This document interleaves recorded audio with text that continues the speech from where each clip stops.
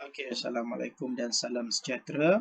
Okey, saya akan teruskan lagi dengan bahagian terakhir, bab 8, bahan buatan dalam industri iaitu bahan komposit dan kepentingannya. Jom. Objektif pembelajaran kita pada kali ini ialah dapat menyatakan maksud bahan komposit dan sifatnya apa dia. Yang kedua, menghuraikan dengan contoh bahan komposit dan kegunaannya. Seterusnya yang terakhir, kita banding bezakan sifat bahan komposit dengan komponen asalnya. Okey. Sebelum itu, kita nak tahu apa yang dikatakan sebagai bahan komposit. Bahan komposit merupakan bahan yang terdiri daripada gabungan dua atau lebih bahan yang bukan homogen. Bukan homogen ni bermaksud benda yang bukan yang sama. Okey, iaitu terdiri daripada bahan matriks dan bahan pengukuhan. Okey, bahan matriks adalah berfungsi untuk mengelilingi dan mengikat bahan pengukuhan bersama. Okey, bermaksud dalam istilah yang mudah dia, kita ada bahan A, bahan A, lepas tu dibalutkan dengan atau nak jadikan dia kukuh, kita ikat dengan bahan pengukuhan. Jadi bahan A tadi adalah matriks, bahan pengukuhan tadi B. Jadi A tambah B dia akan dapat bahan komposit. Okey, seterusnya ini yang contoh bahan matriks dan bahan pengukuhan dan bahan komposit yang terhasil, iaitu bahan matriks contoh lignin. Bahan pengukuhannya ialah gentian selulosa dan bahan komposit yang kita dapat ialah kayu. Gabungan dua gentian selulosa dan lignin adalah dua bukan yang homogen. Jadi dia akan membentuk kayu. Ini yang bermaksud ada terhasil benda yang baharu. Itu dikatakan sebagai bahan komposit. Okey. Seterusnya, kedua-dua komponen bahan komposit mempunyai sifat fizik atau sifat kimia yang berlainan. Apabila digabungkan, bahan komposit yang terhasil akan mempunyai sifat yang lebih baik daripada komponen asal. Contoh bahan A, dia mudah berkarat. Contoh, ditambah dengan bahan pengukuhan, digabung, hasil bahan komposit yang terhasil tidak mudah berkarat. Itu maksud dia. Jadi lebih baik daripada komponen asal. Okey. Seterusnya, ini contoh yang pertama. Bahan komposit iaitu konkrit diperkukuhkan terhasil apabila tertulang keluli atau jejaring dawai iaitu sebagai bahan pengukuhan dibenamkan ke dalam konkrit. So bahan konkrit ini dikatakan sebagai bahan matriks. Konkrit diperkukuhkan banyak digunakan dalam industri pemberdayaan jambatan, empangan dan bangunan. Ini keluli lah. Ini konkrit yang diperkukuhkan.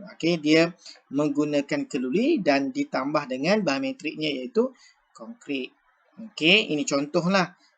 So ada jejari, keluli, tertulang ni sebagai bahan pengukuhan. Konkrit ni adalah sebagai bahan matrik. Jadi nama dia adalah konkrit diperkukuhkan. Salah satu contoh bahan komposit yang pertama. Bahan komposit kedua ialah kaca gentian.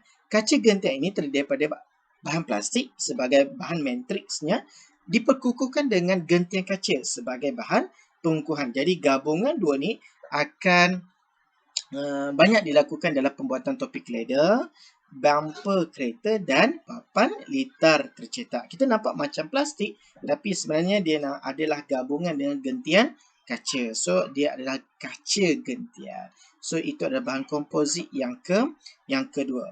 Seterusnya ini adalah contoh gentian kaca. Seterusnya yang ketiga, gentian optik. Bahan komposit yang ketiga ialah gentian optik yang terdiri daripada 3 lapisan. Lapisan pertama merupakan bahan teras yang terdiri daripada gentian kaca silika, iaitu bahan pengukuhan. Bahagian teras disaluti oleh lapisan kedua yang terdiri daripada salutan kaca atau plastik. Itu adalah bahan matriks. Seterusnya, lapisan ketiga diperbuat daripada plastik yang bertindak sebagai jaket pelindung, iaitu sebagai bahan matrik. Jadi bahan pengukuhan dia satu saja, iaitu gentian kaca silika. Jadi gentian optik ini digunakan untuk menghantar maklumat dan data dalam bentuk cahaya. Jadi cahaya bergerak melalui gentian kaca iaitu bahagian terasnya secara satu siri pantulan dalam yang penuh. Maka bahan berteras dan matrik mempunyai indeks biasan yang berlainan, membolehkannya membawa data dalam kapasiti yang banyak dan tidak terjejas oleh gangguan elektromagnet. Itu kelebihannya. Jadi bahan komposit ini menggantikan wire cuprum di dalam kamera video dan menghubungkan komputer dalam local area network.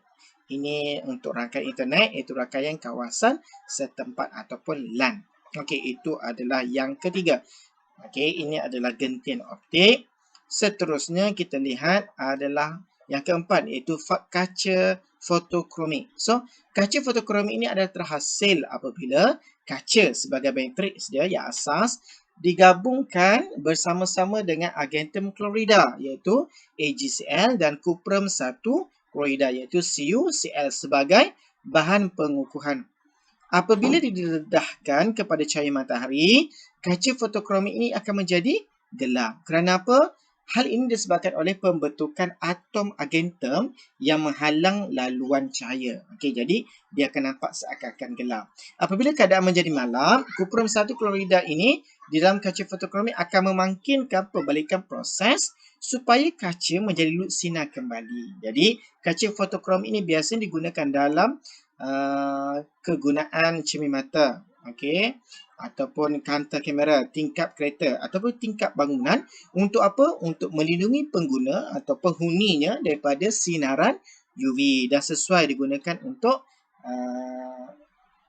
tingkap kereta, tingkap bangunan dan kaunter kamera seperti mana yang telah disebutkan tadi. Okey, itu yang keempat. Yang terakhir, bahan komposit yang terakhir ialah superkonduktor, iaitu superkonduktor seperti seramik, yttrium, barium, kuprum oksida atau YbCO yang merupakan bahan komposit yang memiliki sifat superkonduktiviti. Itu sifat dia.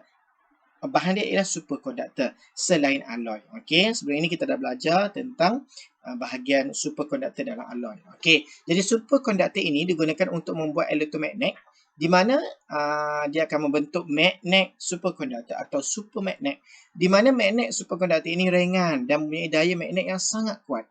Magnet superkonduktor ini digunakan dalam pemecut zarah yang terlibat di dalam peralatan mesin resonance magnet nukleus iaitu nuclear magnetic resonance NMR ataupun dalam mesin pengimejan resonance magnet iaitu MRI. Okey, ini contoh-contoh kegunaan superkonduktor.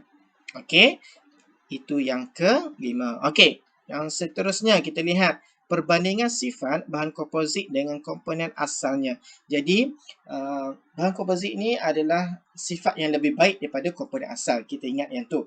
Jadi, contoh yang pertama ialah konkrit diperkukuhkan. Asalnya konkrit ialah kekuatan mampatan dia tinggi tetapi kekuatan regangan dia rendah. Bila regang dia akan mudah pecah. Okey.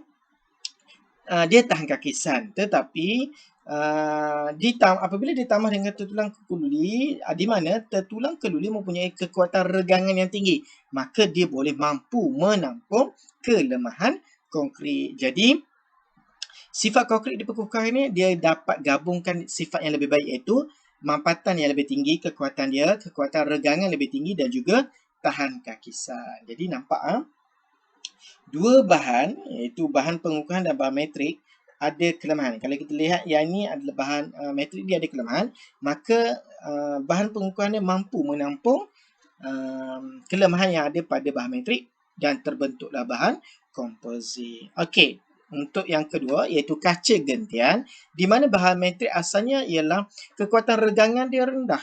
Okey, bila dia renggang dia mudah pecah, lemah, lembut. Okey, kekondaksian haba dia rendah, sama, tahan kakisan, tahan lasak. Tetapi gentian kaca dia menambah baik plastik bila dijadikan bahan pengukuhan iaitu kekuatan regangan dia lebih tinggi. Jadi bila digabungkan dia akan membentuk kaca gentian di mana sifat-sifatnya semua yang lebih baik. Dia mampu menampung sifat plastik tadilah. Okey, komponen asalnya. Okey, seterusnya yang ketiga ialah gentian optik di mana plastik juga kekuatan mampatan dia tinggi, fleksibel tetapi gentian kaca asalnya adalah bersifat rapuh. Kekuatan mampatan dia rendah. Bila letak daya dikenakan lebih tinggi dia akan pecah. Jadi bila digabungkan dua ni dia akan membentuk gentian optik. Jadi gentian kaca ni adalah komponen asalnya. Jadi bahan pengukuhan dia ialah plastik yang banyak teras tadi tu. Jadi sifat gentian optik ialah kekuatan mampatan tinggi. That's why dia boleh masuk di bawah tanah. Jadi mampatan lebih tinggi, fleksibel. Okey, itu yang ketiga. Yang keempat, kaca fotokromik di mana yang ada argentum klorida dengan kuprum 1 klorida tadi tu. Okey. Jadi kaca sifat asal dia luksinar tidak menyerap sinaran UV dan tidak sensitif terhadap cahaya. Tetapi bila digabungkan dengan argentum choroida, dia mampu menyerap sinaran UV dan amat sensitif terhadap keamatan cahaya, di mana bila terlampau terang, pembentuk argentum akan berlaku. Jadi nampak macam gelap. Jadi terbentuklah kaca fotokromik, di mana sifatnya luksinar, boleh menyerap sinar UV dan penyerapan UV ini bergantung kepada keamatan cahaya. Okey, itu yang keempat. Yang terakhir iaitu superkonduktor YbCO, di mana yttrium 3 karbonat, kuprum 2 karbonat, barium karbonat, oksigen digabungkan, semuanya adalah bersifat rintangan elektrik yang tinggi pada usul bilik. Tetapi apabila dijadikan gabungan ini membentuk superkonduktor, di mana sifatnya tiada rintangan langsung, rintangan elektrik pada suhu yang sangat rendah. Itu kelebihan dia. Okey, so itu saja perkongsian mengenai bahan komposit dan kegunaannya. Terima kasih.